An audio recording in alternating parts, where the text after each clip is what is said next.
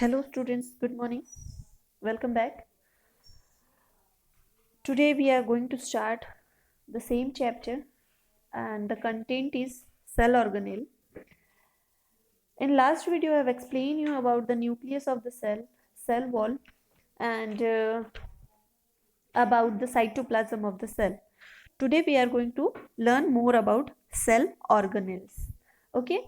So as we have seen that the unicellular cells have single cell and not much more organelles in it, but the single cell act as a multicellular and perform different functions. Okay, मतलब जो single cell थे उसमें हमने देखा था कि एक single cell organism क्या करता है, जितने भी एक्टिविटीज सेल रिलेटेड होती हैं वो खुद परफॉर्म करता है.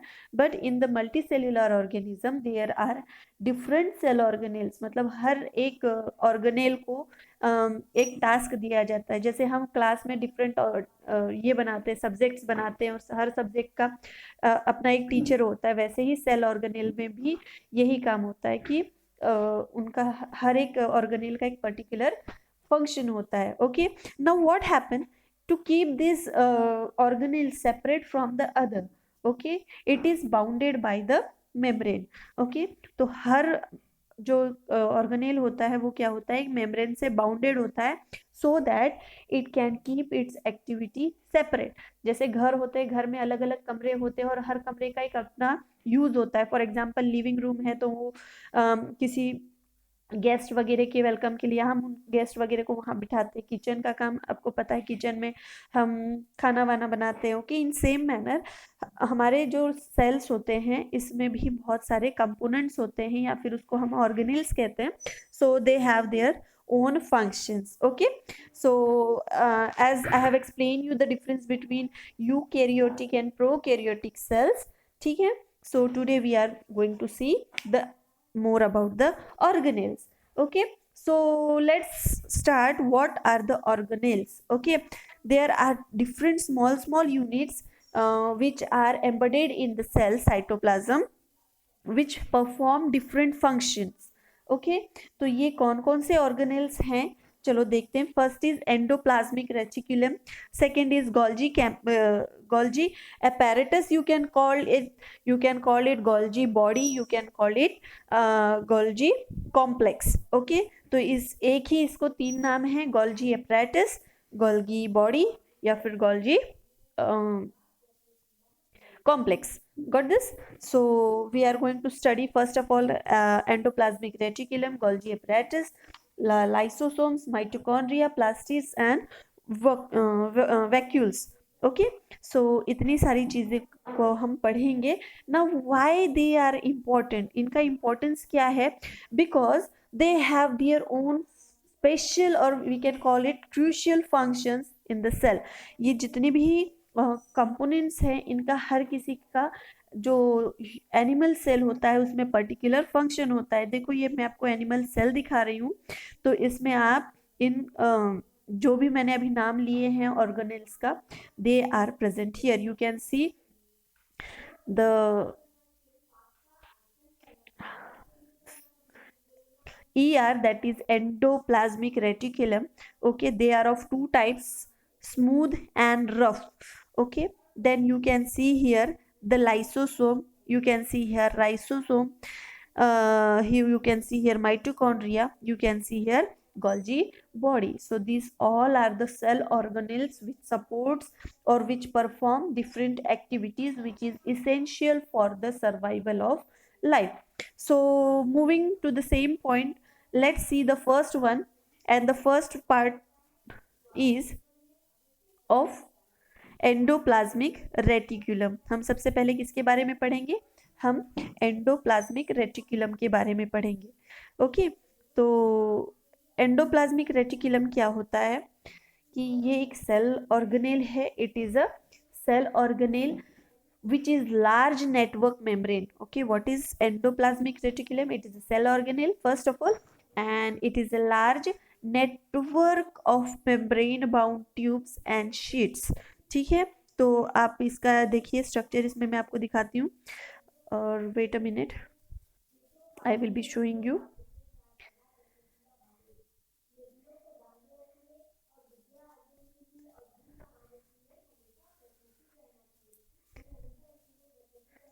So endoplasmic reticulum.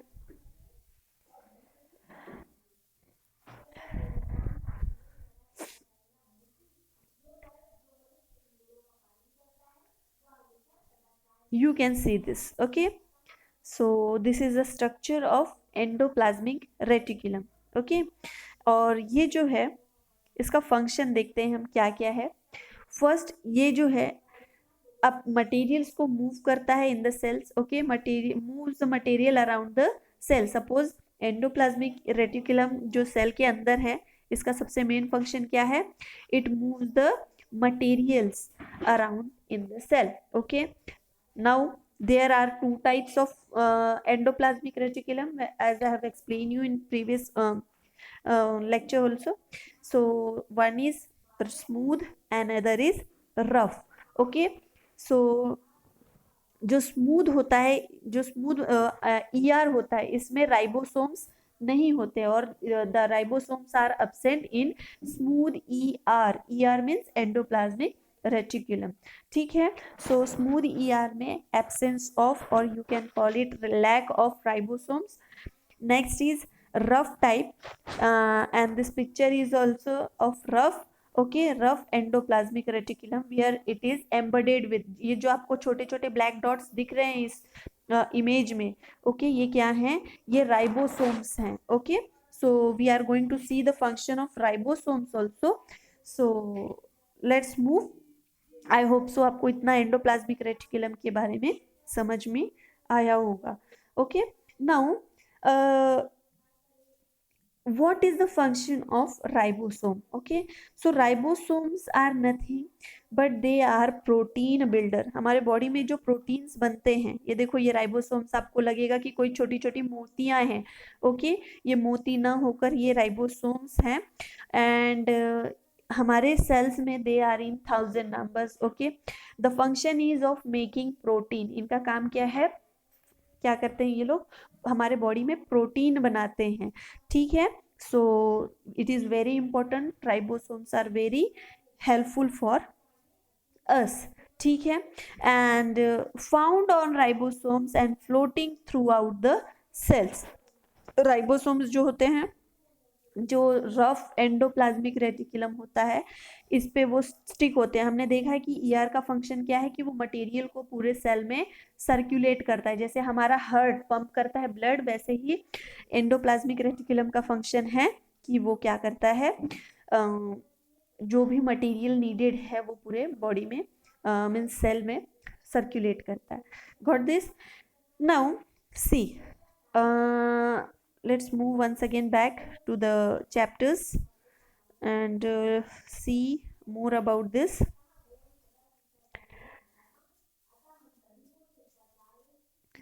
So it look like, how does the endoplasmic look like? Okay, so it look like a tubule or round and oblong bags or vesicles, you can call it. ये किसके तरह दिखते हैं?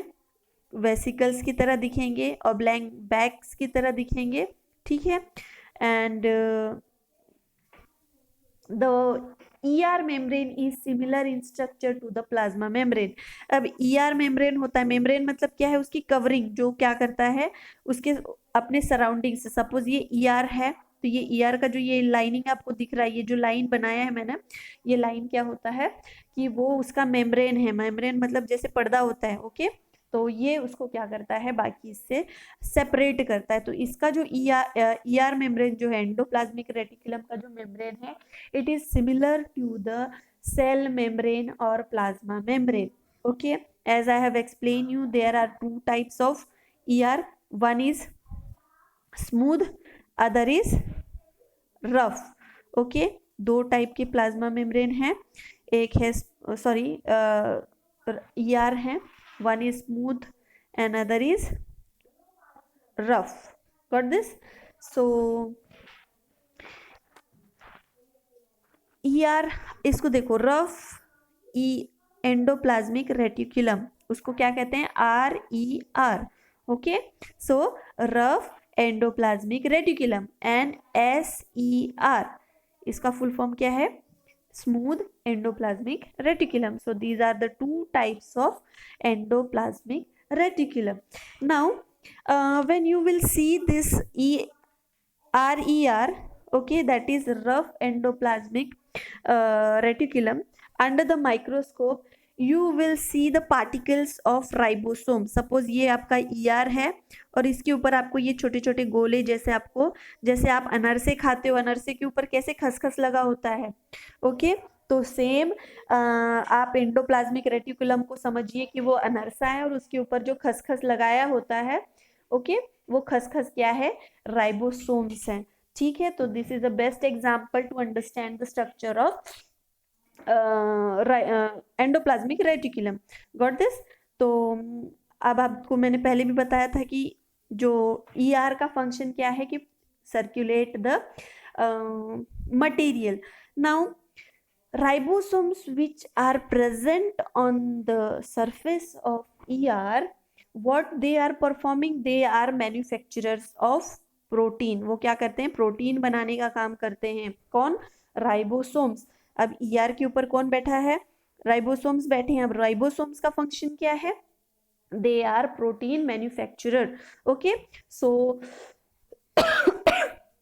now as you can understand, depending on the number of ribosomes present on the surface of endoplasmic reticulum, the manufacturing of protein may be more, okay। Next is that SER, okay, so SER इसका full form है smooth endoplasmic reticulum। so what is the function of SER?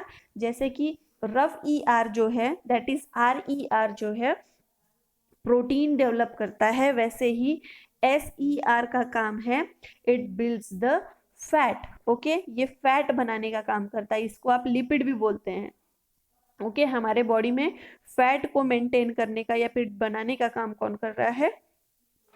तो smooth endoplasmic reticulum करता है, ठीक है। This process is known as membrane biogenesis, ठीक है। अब देखो जो फैट एंड प्रोटीन ER बनाता है, ओके, एंडोप्लाज्मिक रेटिकुलम बनाता है, इससे क्या बनते हैं? बहुत सारे जो सेल ऑर्गेनेल्स हैं या फिर कोई भी ऑर्गेनेल है, उसका मेम्ब्रेन बनाने के लिए इन लिपिड एंड फैट्स का यूज होता है, और इसीलिए इस प्रोसेस को क्या नाम दिया गया है? मेम्ब्रेन बायोजेनेसिस, ठीक है। Some other lipids and protein function as enzyme and hormones. तो जो कुछ प्रोटीन और फैट, जो हमारे लिपिड यानी फैट होता है, सेम ही है। अगर मैं लिपिड भी बोलूँ तो आप समझ जाइएगा कि मैं फैट की बात कर रही हूँ, ओके। तो जो फैट और लिपिड हमारे बॉडी में बनता है, उसका यूज क्या होता है कि वो as enzyme and as a hormone काम करते हैं। हमारे बॉडी में हार्मोन्स होते हैं जो कुछ हमारे फिजिकल इसको कंट्रोल करते हैं, ठीक है, एक्टिविटीज को। So these are developed by the ER, okay. So I hope so you understood that कि what is the importance of endoplasmic reticulum in animal cell, okay। And now very important thing is that though the structure of endoplasmic reticulum differ to इसका देखो ये ऐसे pipeline structure होगा, network बनाता है, ठीक है। तो अगर उसका स्ट्रक्चर कैसा भी क्यों ना हो, लेकिन जो सबसे इम्पोर्टेंट बात है वो ये है कि इसका फंक्शन बहुत इम्पोर्टेंट, और ये हमेशा एक नेटवर्क के रूप में ही प्रेजेंट होता है। ये कभी सिंगल नहीं मिलेगा आपको, ये हमेशा एक नेटवर्क में बनेगा रहेगा। मैं आपको एक प्लेन इसमें थोड़ा सा बना के दिखाती हूँ ताकि आपको उसके स्ट्रक्चर के बारे में और थोड़ा सा समझ आ जाए, okay. So here I will be drawing the, ये देखो, ये थोड़ा सा प्लेन बॉर्डर लेना पड़ेगा,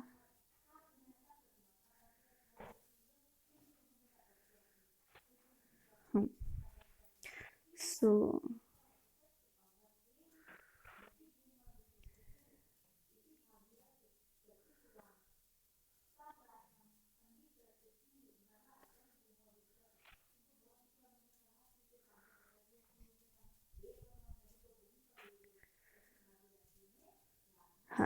ये देखो, ये स्ट्रक्चर है एंडोप्लाज्मिक रेटिकुलम का।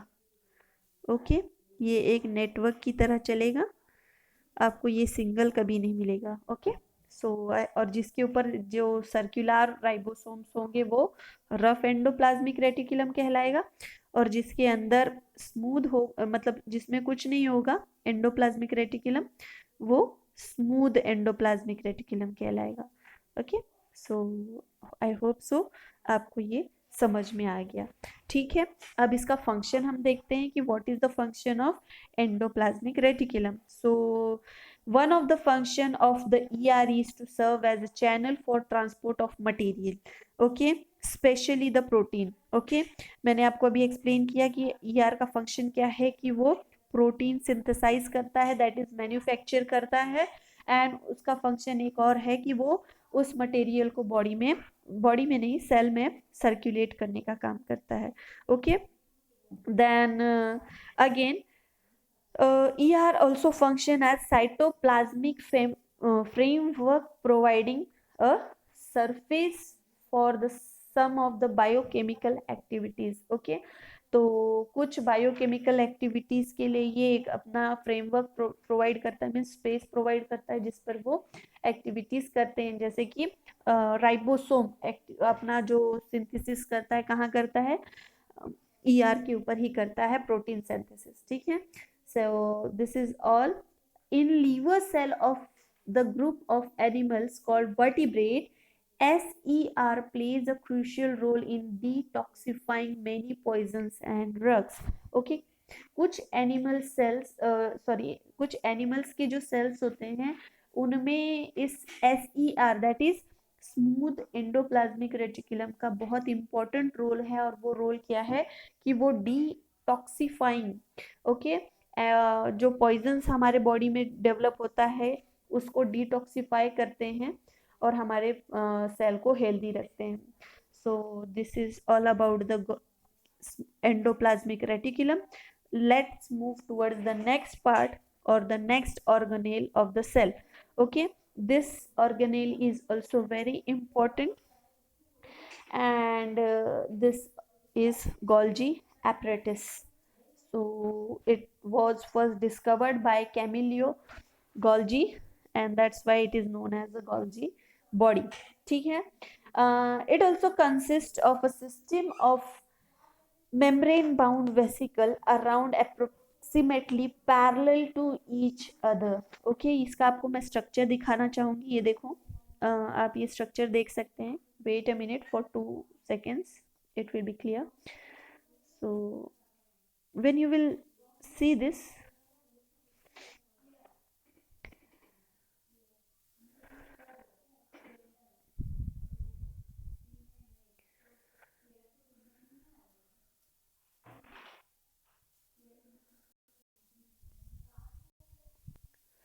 so Golgi apparatus.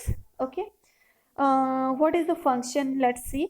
The material synthesized near the ER. Okay, जो मटेरियल सिंथेसाइज करता है ER मतलब एंडोप्लाज्मिक रेटिकुलम, ठीक है, तो उसको पैकिंग करने का काम। ओके, जैसे हम लोग किसी कंपनी में अगर देखेंगे, विजिट करेंगे, if you will visit A company, the company is divided into small departments, just like a production place will be different, packing department will be different, waiting department will be different, and departure department will be different. Okay, in same manner in our body also there are different departments and different organelles are performing their own activities. तो अब तक हमने क्या देखा कि endoplasmic reticulum क्या करता है, प्रोटीन को सिंथेसाइज करता है, क्योंकि एंडोप्लाज्मिक रेटिकुलम के ऊपर क्या होते हैं, राइबोसोम्स होते हैं, और राइबोसोम्स का काम क्या है कि वो प्रोटीन को सिंथेसाइज करते हैं। ER उसको एक प्लेटफॉर्म देता है जिसके ऊपर राइबोसोम अपना काम शुरू करता है। Okay, in same here the Golgi body क्या करता है कि जिस प्रोटीन को the protein which is synthesized by the ER is packed and dispatched from the Golgi apparatus. ठीक है, तो यहाँ से क्या होता है कि जो भी ER में मटेरियल सिंथेसाइज होता है, चाहे वो फैट लिपिड हो ओके, या फिर प्रोटीन हो, इसको पैकेजिंग और डिस्पैचिंग का काम कौन करता है? गोल्जी एपरेटिस करता है। ओके, अगर इनका स्ट्रक्चर की बात करें तो देखो, आप लोग देख सकते हैं, एक minute, this, okay, this is the structure of Golgi apparatus. Okay, you will see like a tubules, okay, rounded tubules to moving parallel to each other. okay, ये भी एक ट्यूब लाइक स्ट्रक्चर ही है और ये एक दूसरे से जुड़े हुए आपको नजर आएंगे। ठीक है, तो this is all about Golgi apparatus. Then इसका अगेन एक फंक्शन देखो, सबसे इम्पोर्टेंट ये है कि ये पैकेजिंग और डिस्पैचिंग के साथ एक काम करता है कि मॉडिफिकेशन और स्टोरेज भी काम करता है। ओके, सपोज अगर किसी प्रोटीन या किसी चीज में या फिर किसी भी मटेरियल में उनको कोई मॉडिफिकेशन करना है तो वो उसमें मॉडिफिकेशन भी करेगा, उसको स्टोर भी करता है और उसका पैकिंग भी करता है। ठीक है, और डिस्पैच भी करता है, just like a courier box it is acting upon. Okay, so in some cases complex sugar may be made from simple sugars in the Golgi apparatus. Okay, तो Golgi apparatus में जो सिंपल शुगर है उससे complex sugar भी बनाने का काम होता है। The Golgi apparatus is also involved in the formation of lysosome. So lysosome का फॉर्मेशन भी कौन करता है? Golgi apparatus करता है। इसके बारे में हम आगे देखेंगे। Let's read more about the lysosome. Okay, one more thing, one today's homework will be read the history of Camellia Golgi. Okay, so आप इनके बारे में ये पढ़ लीजिएगा। Now I am going to explain you about the lysosome.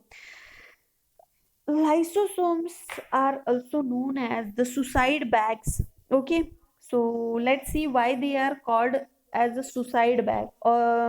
Though they are called as suicide bag, the main function of lysosome is to clear the sac. Okay, हमारे देखो जो ये होते हैं सेल्स में जो भी वेस्ट प्रोडक्ट होते हैं इसको क्लीन करने का काम, देखो हम लोग घर पे रोज झाड़ू और सफाई रखते हैं, वैसे ही क्यों रखते हैं? ताकि हमारे घर पे गंदगी ना हो। In same manner the cell also has the cleaner or sweeper in it.